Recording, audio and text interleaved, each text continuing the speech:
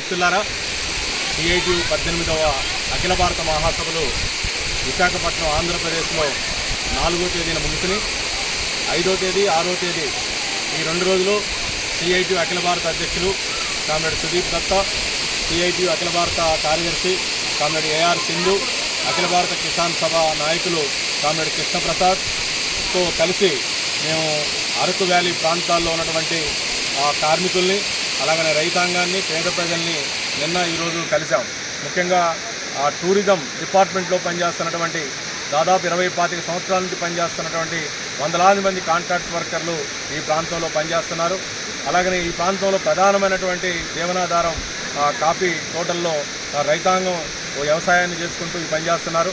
ఇతర వ్యవసాయం ఉన్నప్పుడు కూడా చాలా పరిమితం, అది వరి కానీ లేకపోతే ఇతర రాగులు, ఎలాంటి సామలు ఇవన్నీ కూడా చాలా కొద్ది శాతం ఉన్నాయి. అందరూ కూడా 5 ఎకరాలు, 2 ఎకరాలు, 3 ఎకరాలు ఉన్నటువంటి రైతాంగమే ఈ ప్రాంతంలో ఉన్నారు.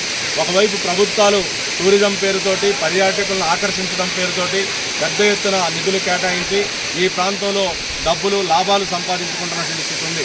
కానీ మొదటి నుంచి కొన్ని వందల సంవత్సరాలుగా ఈ గిరిజన ఏజెన్సీ ప్రాంతాల్లో ఉన్న ప్రజల యొక్క జీవితాల్లో మౌలికమైనటువంటి మార్పు రావట్లేదు. ఇక్కడ చాలామంది డిగ్రీ చదువుకున్నటువంటి స్టూడెంట్స్ని చూసాం.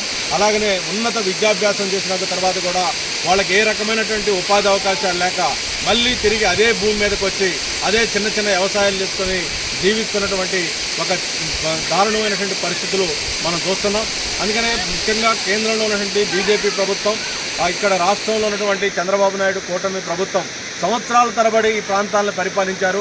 ఈరోజు ఏజెన్సీ ప్రాంతంలో బాక్సైట్ గనుల మీద, అల్యూమినియం గనుల మీద, ఇతర ప్రకృతి సంపద మీద కార్పొరేట్లకి దారాదత్తం చేయడం కోసం తగినటువంటి చట్టాలు పార్లమెంట్లో చేస్తున్నారు తప్ప ఈ ప్రాంతంలో ప్రజలకు జీవనాధారమైనటువంటి అటవీ హక్కుల చట్టాన్ని అమలు జరపడం కానీ, అలాగని ఈ ప్రాంతంలో ఏజెన్సీ చట్టాలని, గ్రామ సభల్ని పకడ్బందీగా అమలు చేస్తూ ఈ ప్రాంత వనరుల నుంచి వచ్చేటువంటి ఆదాయాన్ని అంతా కూడా ఇక్కడ మౌలిక వసతులు, విద్యకు కానీ, ఆరోగ్యానికి కానీ, ఈ రోడ్లకు కానీ, ఎలక్ట్రిసిటీకి కానీ ఖర్చు పెట్టే దానికోసం ప్రభుత్వాలు ఆ రకంగా సిద్ధం కావట్లేదు.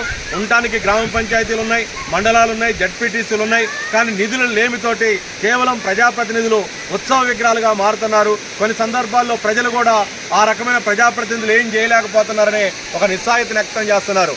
అందుకని మేము కేంద్ర ప్రభుత్వానికి, రాష్ట్ర ప్రభుత్వానికి చెబుతున్నాం, ఈ గిరిజన ప్రాంతాల్లో ఈ మైనింగ్ని కార్పొరేట్లకి లాభాల కోసం పనిచేయడానికంటే ఇమీడియట్గా ఈ ప్రాంతంలో ఏదైతే మొదటి నుంచి ఉన్నటువంటి ఏజెన్సీ చట్టాలని పకడ్బందీగా అమలు చేయాలి. ఈ ప్రాంతంలో ఉన్న నిరుద్యోగ యువతకి ఉపాధి అవకాశాలు కల్పించాలి. మౌలిక వసతులన్నిటికీ కూడా సరిపడా నిధులు గ్రామ పంచాయతీ, మండలం, స్థానిక సంస్థల ద్వారా వాటిని పటిష్టపరచాలని ఈరోజు మేము సిఐటిగా డిమాండ్ చేస్తున్నాం. ఈరోజు అఖిల భారత మహాసభల్లో ఒక ముఖ్యమైనటువంటి నిర్ణయం తీసుకున్నాం. ఇవాళ కేంద్రంలో ఉన్న బీజేపీ ప్రభుత్వం కార్మిక చట్టాలని లేబర్ కోడ్లుగా మార్చి యాజమాన్యాలకి బానిసల్లాగా మార్చాలని ప్రయత్నం చేస్తుంది. యూనియన్ పెట్టుకునే హక్కుని, సమిష్టి బేరసారాల హక్కుని, అలాగనే సమ్మె చేసే హక్కుని కాలరాస్తుంది. అలాగనే కనీస వేతనాల మీద దాడి జరుగుతుంది. ఇవాళ రైతాంగం అడుగుతున్నటువంటి గిట్టుబాటు ధరలు ఇవ్వటం లేదు. అందుకని రేపు జనవరి 19వ తేదీ రోజున కార్మిక కర్షక మైత్రిని పెద్ద ఎత్తున నిర్వహిస్తూ అన్ని జిల్లా కేంద్రాలలో వేలాది మంది శ్రామిక ప్రజానీకంతో ధర్నాలు చేయాలని, ఫిబ్రవరి నెల 12వ తేదీ రోజున స్వాతంత్రానంతరం కని వెని ఎరగని రీతిలో ఒక మహత్తరమైనటువంటి చారిత్రక సమ్మె పోరాటాన్ని నిర్వహించాలని మేము సన్నద్ధమయ్యాం. ఈరోజు ఈ ప్రాంతంలో ఉన్నటువంటి ప్రజలందరూ కూడా ఈ పోరాటాల్లో భాగస్వాములు కావాలి.